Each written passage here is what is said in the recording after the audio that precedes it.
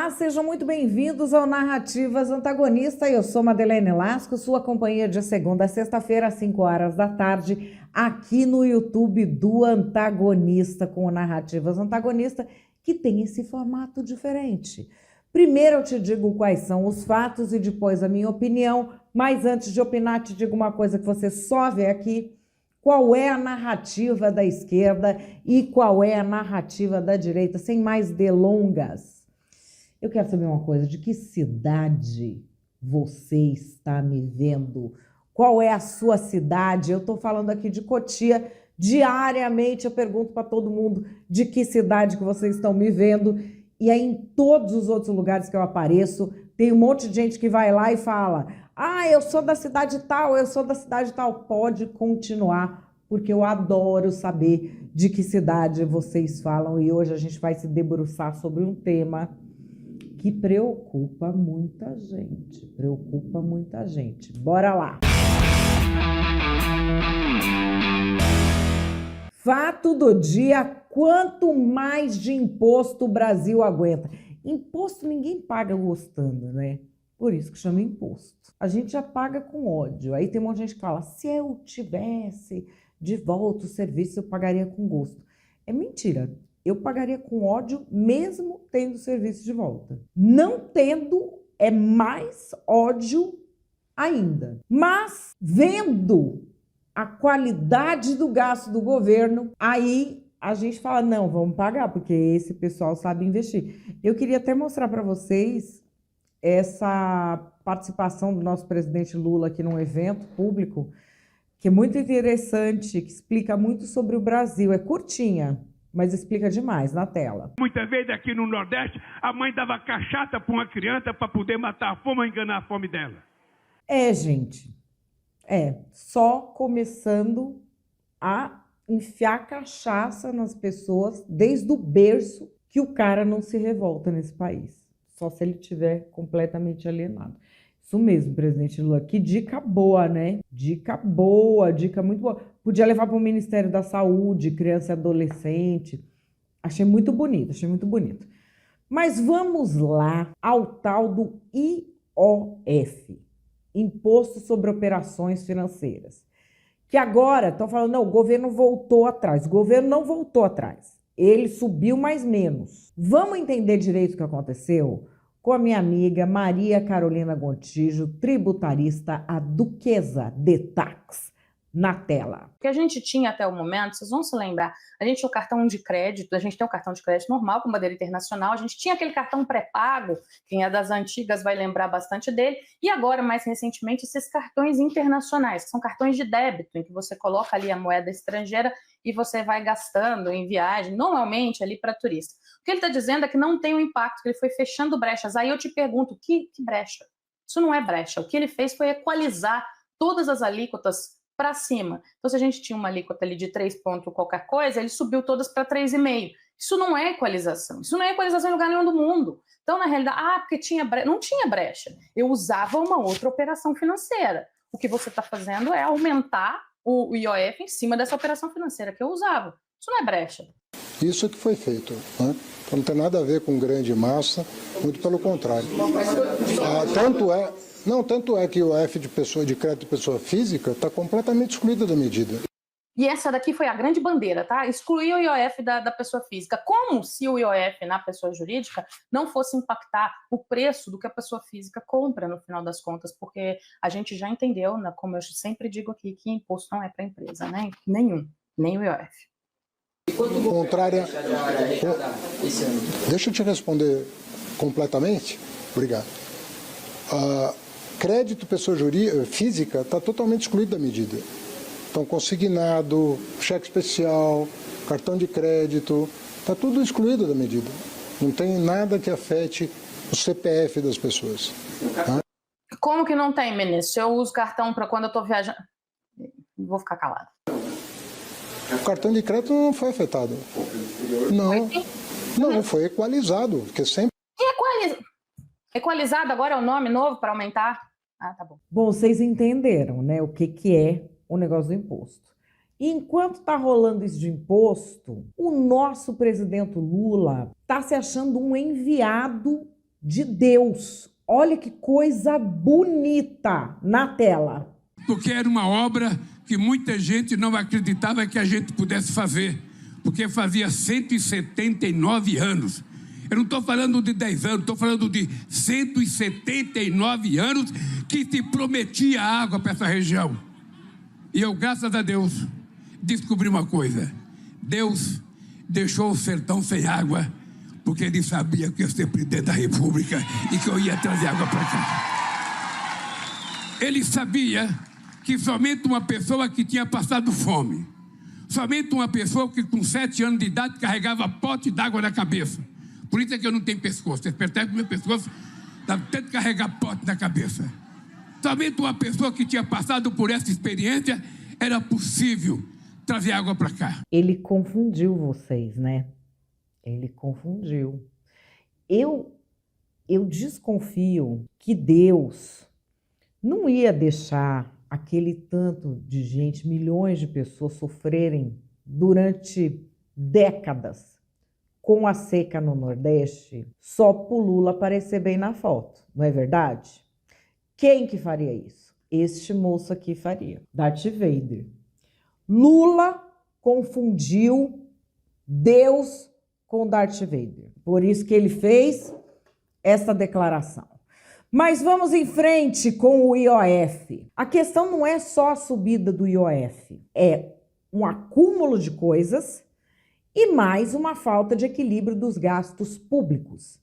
E isso une parlamentares contra o governo. A coalizão de frentes parlamentares aqui demonstra que nós temos os votos necessários para aprovar o PDL do deputado Zucco e revogar esse decreto que trata do aumento do IOF. Se não for por bem, será por mal. Se o governo não refluir, votaremos, faremos a pressão necessária para que seja pautado, para que a gente coloque os nossos votos e mostre que o Congresso Nacional, a legítima representação do povo brasileiro, não aceita mais esse ataque a quem produz e quem emprega nesse país. Esse é o deputado Pedro Lupion falando ontem em nome de um mundo de parlamentares.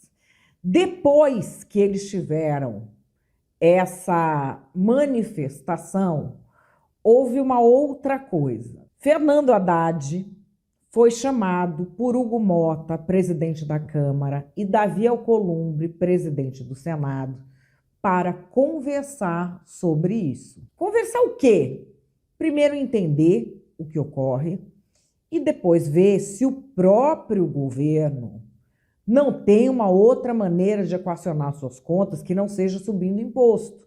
E aí eles, como presidentes das casas legislativas, se disporiam a tramitar isso. Bom, vou deixar aqui o próprio Fernando Haddad explicar na tela. Não, eu evidentemente recebi um telefonema muito generoso do presidente Hugo Mota para nos reunirmos aqui com o presidente Alcolumbre para trocar impressões sobre esse momento.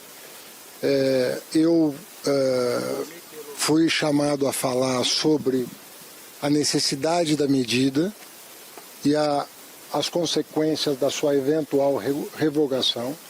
Então, nós explicamos exatamente no que consistiu o anúncio da semana passada.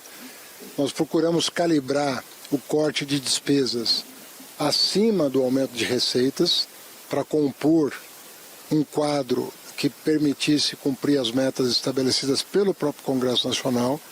Né? Vocês se lembram da semana passada, só para deixar claro, são 30 bilhões de corte de despesa, sendo 10 de bloqueio e 20 de contingenciamento, e 20 bilhões de receitas adicionais para cumprir as metas fiscais. Expliquei também as consequências disso em caso de não aceitação da medida, né? O que acarretaria em termos de contingenciamento adicional. Então nós ficaremos num patamar bastante delicado do ponto de vista do funcionamento da máquina pública do Estado brasileiro. Os dois presidentes manifestaram uma preocupação muito grande com a recepção pelas casas da medida, né, de vários partidos políticos, manifestaram uma preocupação com a manutenção da medida, né, e ao final falaram que iam ter uma reunião amanhã para explicar o que para informar o que eu expliquei a eles hoje sobre as consequências do que o Congresso vai fazer, e recebi deles um pedido para que nós apresentássemos para as casas medidas de médio e longo prazo mais estruturantes, que mexessem com outros aspectos do orçamento, como gasto primário, gasto tributário, o que o Congresso poderia colaborar para que, no lugar de uma medida como essa, você tivesse um horizonte mais estruturante para frente. Por exemplo, pensando em 26, 27, 28, o que poderia ser feito já que estruturasse melhor, né, a questão orçamentária, sem a necessidade de medidas pontuais como essa.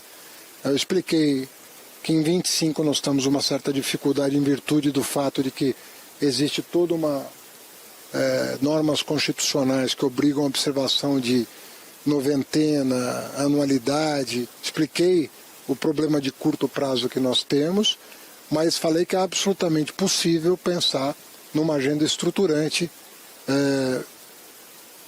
que tivesse pertinência o Congresso se debruçar imediatamente. Não sei o que resultou dessa conversa. Na verdade, só eles que tiveram lá é que realmente sabem o que resultou. O governo está numa situação muito difícil, não só de caixa, mas também de negociação política. E aí, o presidente da Câmara, Hugo Mota, a gente não sabe nunca de que lado ele está, né? O Hugo Mota é um cara que vai consolidando seu poder com uma no cravo, uma na ferradura, de uma maneira sempre muito elegante, e ele surpreendeu, porque ele chamou uma entrevista coletiva à imprensa e resolveu hablar sobre impostos.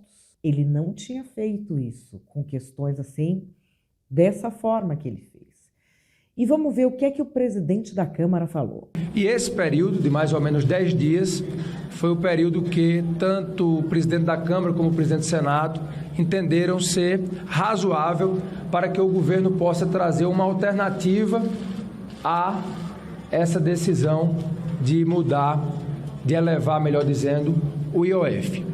Da mesma forma que o governo também nos garantiu que pode ou não apresentar uma alternativa, o governo pode também, depois desses 10 dias, decidir que a decisão está mantida do IOF, isso também foi deixado claro pelo ministro da Fazenda. Nós também deixamos claro que a nossa alternativa pode ser sim pautar o PDL, sustentando a decisão do governo.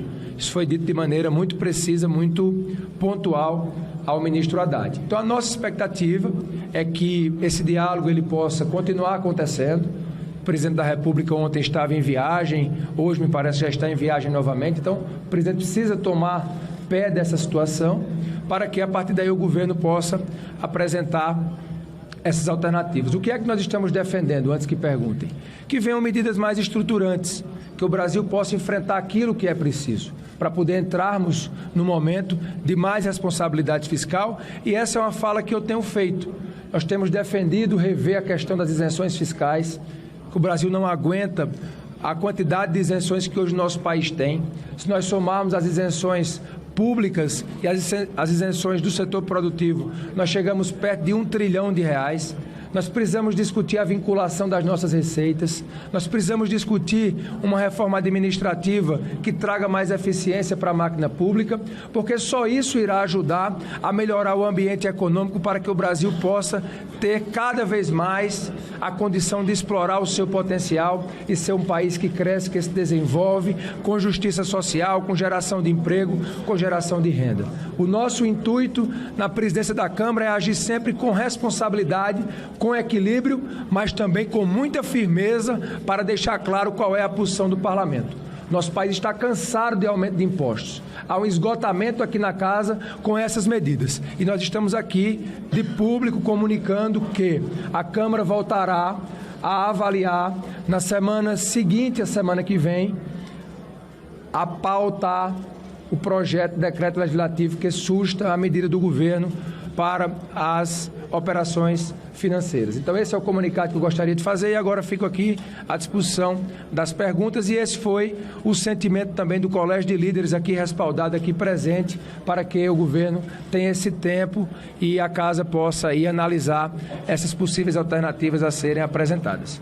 E aqui eu trago uma observação do economista Alexandre Schwartzman. O Haddad falou para o Hugo Mota e para o Davi Alcolumbre que a revogação do IOF pode paralisar a máquina pública. Aí ele mostra que o governo aumentou a despesa em 220 bilhões de reais, nos quais 194 bilhões foram transferências de renda a famílias. Pois é, aqui ó, o primeiro gráfico, a despesa primária total. Gente, o que é esse salto? Esse salto é Covid, pandemia. Aí depois ele volta, tá vendo que é como se tivesse um calombo, aí a linha reta, a linha ascendente, mas mais, vamos dizer, ela mais suave, só que chega o governo Lula e sobe a despesa primária total incrivelmente. E aqui vocês vejam o quanto sobe previdência e assistência social. É autoexplicativo. Mas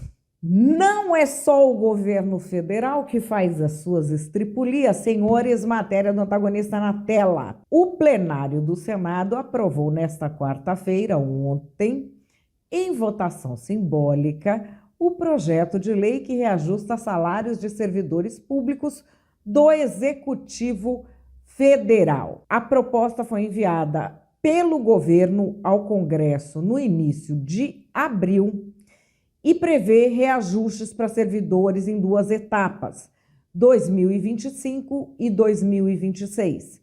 Seriam entre 9% e 30% de reajuste, já pactuado com negociações das entidades dos servidores. Bom, os impactos orçamentários seriam 17 bilhões 990 milhões este ano, mais 26 bilhões 760 milhões no ano que vem e 29 bilhões 170 milhões para 2027. Teve voto contrário do senador Cleitinho e do senador Eduardo Girão. O senador Girão disse o seguinte: quando o próprio governo diz que está com dificuldade de dinheiro para a educação e para a saúde, nós vamos ter aqui um impacto de aproximadamente 100 bilhões de reais. E aí, antes de eu ir para a narrativa, eu quero trazer aqui para vocês um conceito. Você já ouviu falar em curva de Laffer? Já ouviu? Não é coisa de sofá, loja de móvel, não. Você sabe o que é curva de Laffer? É o quanto a arrecadação de imposto é efetiva ou não. Melhor, vou deixar o vídeo explicar na tela. Você sabia que uma diminuição de impostos pode acabar gerando um aumento da arrecadação? Em 1974, o economista Arthur Laffer estava em um restaurante em Washington com diversos jornalistas e políticos de renome. Ele pegou um guardanapo e desenhou uma curva para demonstrar como as alíquotas dos impostos afetam a receita tributária. O economista, então, sugeriu que os impostos dos Estados Unidos da América, naquele momento, estavam demasiadamente altos e que, se eles fossem reduzidos, a receita tributária aumentaria. Essa curva, desenhada por Laffer, ficou conhecida como a curva de Laffer. Vamos entender melhor essa ideia por meio de exemplos. Primeiro, vejamos o que aconteceria se o imposto fosse 0%. Se o imposto fosse de 0%, nenhum tributo seria cobrado e, portanto, a arrecadação também seria zero. Mas, Gabriel, e se o imposto fosse de 100%?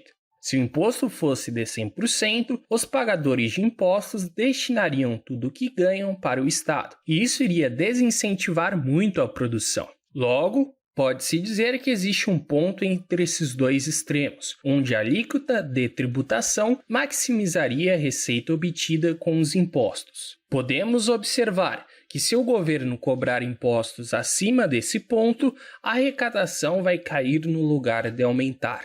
A curva também mostra que, se a carga tributária estiver acima desse ponto e o governo reduzir os impostos até alcançar o ponto, o que irá ocorrer é um aumento da receita. A curva desafia a ideia errada, porém comum, de que um aumento de impostos leva necessariamente a um aumento da arrecadação, e a ideia errada de que uma diminuição de impostos leva necessariamente a uma diminuição da arrecadação. Ou seja, esse conceito econômico nos mostra que diminuições de impostos podem, em alguns casos, levar a um aumento da arrecadação, e aumentos de impostos podem levar a uma diminuição da arrecadação. Bom, este foi um pequeno resumo sobre a curva de Laffer. Se você gostou do presente vídeo, eu peço que você considere compartilhá-lo com seus amigos e ou se tornar membro do canal. Como membro do canal, você tem acesso a diversos benefícios, além de ajudar o projeto Economia para Iniciantes a continuar. As referências utilizadas para a realização do presente vídeo estarão na descrição. Eu gostaria de agradecer de coração os membros do canal por tornarem este projeto possível e agradecer você que me assistiu até aqui. Forte abraço e Deus abençoe a todos. Diante disso, o que é que você acha? Calma, que antes da gente achar qualquer coisa, nós vamos para as narrativas. Quem realmente aumentou imposto e deixou dívida foi o inelegível. O gado dele achava que o Paulo Guedes era o posto Ipiranga. Então, ele se mancomunava com a Faria Lima para oprimir trabalhadores, precarizar o trabalho e privilegiar os ricos. E aí, o que é que aconteceu? Houve um empobrecimento do Brasil, um aumento da desigualdade, que é tudo que a extrema-direita gosta. E o presidente Lula é um presidente que sempre pôs o pobre no orçamento. E ele chegou para pôr o pobre no orçamento porque isso se chama democracia. Não há democracia sem o pobre no orçamento. E essa conta precisa ser coberta. E ela vai ser coberta como? Com impostos sobre os ricos, que agora estão reclamando por causa do seu cartão de crédito em Miami. É exatamente para isso que eu fiz o L. Faz o L.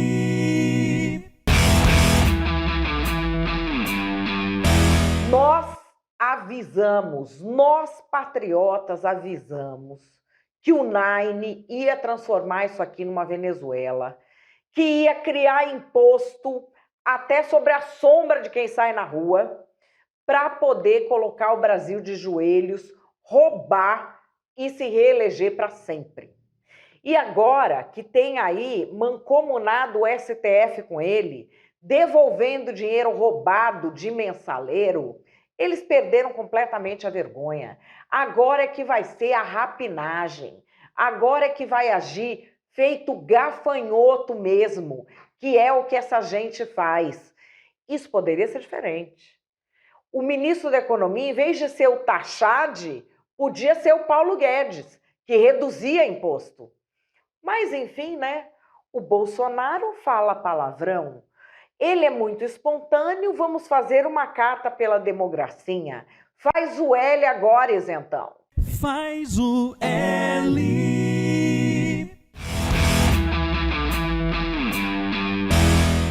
Qual que é a minha opinião? A minha opinião é uma piada que eu vi na internet. O governo Lula 3 criou um novo tripé macroeconômico: imposto, censura e endividamento. Eu não lembro o que é o tripé macroeconômico. É um tipo de política econômica que consiste em câmbio flutuante, metas de inflação e superávit primário. Nessa, a conta fecha.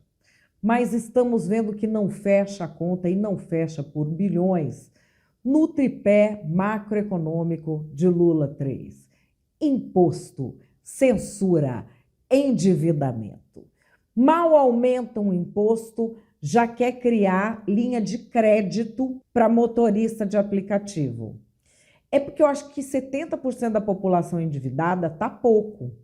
Eu acho que tinha que endividar o brasileiro para mais umas 8 gerações, porque senão vai falir os bancos. Precisava endividar bem, conceder crédito para todo mundo que não tem emprego fixo e ganha pouco e não tem poupança. Isso aí é uma coisa que precisava direto conceder. O que a gente está vendo? O governo Lula está gastando dinheiro com bolsas e auxílios como nunca antes na história deste país. E você pode argumentar que eles são necessários, que eles são emergenciais. Mas será que são todos bem planejados? É isso que eu pergunto. Eu duvido que sejam todos emergenciais. Eu entendo que tem muito mais a ver com a formação de um público eleitor fiel, já que o PT gosta de eleição desde que não haja alternância de poder, desde que ele vença as eleições.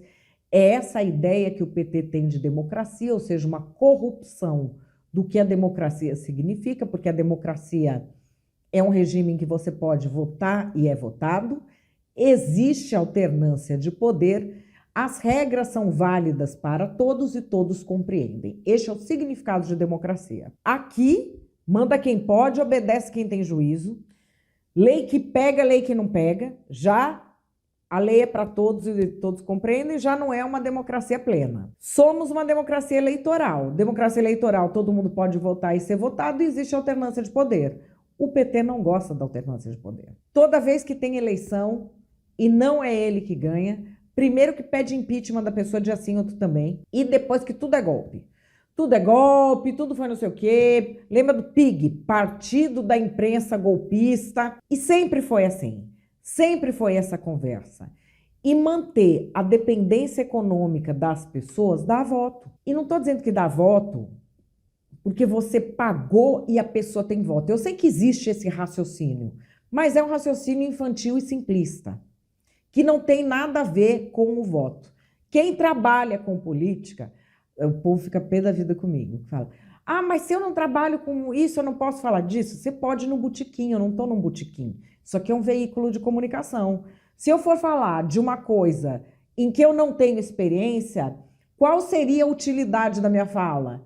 Nenhuma. Se é para falar sem experiência, o cara que está no botequim pode falar, não precisa estar num veículo de comunicação. Não tem nem razão de existir um veículo de comunicação para alguém falar de algo em que não tem experiência. Mas, enfim, tem quem goste? Tem. Eu não gosto. Voltando à questão da seriedade, da experiência com relação às eleições. O sujeito ele não vota porque ele recebeu a bolsa e aquilo vira uma compra. Não. Quem entende de voto sabe que é muito raro alguém que vote pelo que o outro candidato pode oferecer, ou porque este candidato pode me oferecer.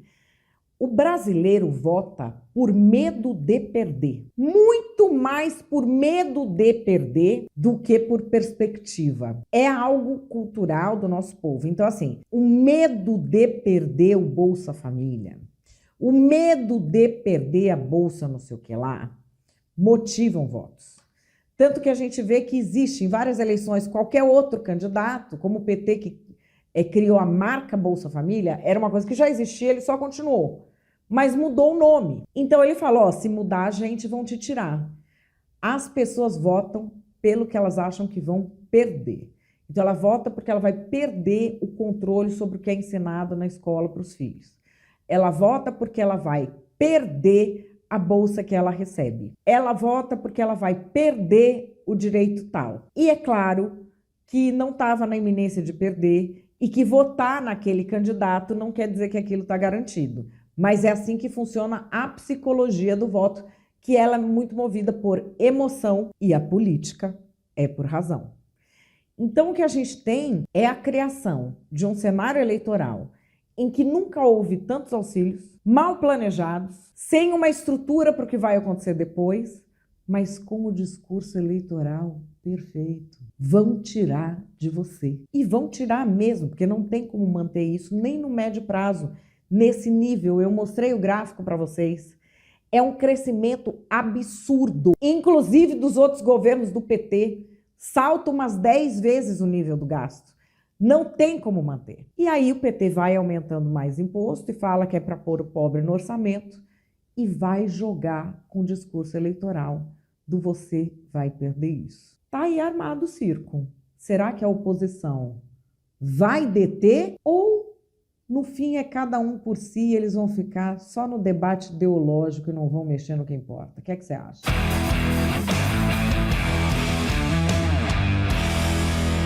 Bom, pessoal, o Narrativas Antagonista vai ficando por aqui. Muitíssimo obrigada pela sua audiência. Vocês viram que o cenário mudou, né? Quem é da família Narrativas viu que o cenário mudou. Eu sou Miguel Arcanjo, veio para cá, à minha direita. E aqui tá a Nossa Senhora Aparecida, que é a padroeira de todos nós. Nossa Senhora Aparecida, padroeira do Brasil. Eu contei nas minhas redes a história dela. É uma história assim, muito emocionante, a história dessa santinha. Muito especial para mim. Me protege muito, me traz sinais. É maio, mês de Maria, eu peço muitas coisas para ela. Mas, enfim, eu sei que você está aqui porque você quer a palavra. Qual é a palavra do dia? O que é a palavra do dia? Deixa eu primeiro falar a palavra do dia que não podia ser outra. Cachaça. Quem entendeu aquilo? Quem entendeu aquilo?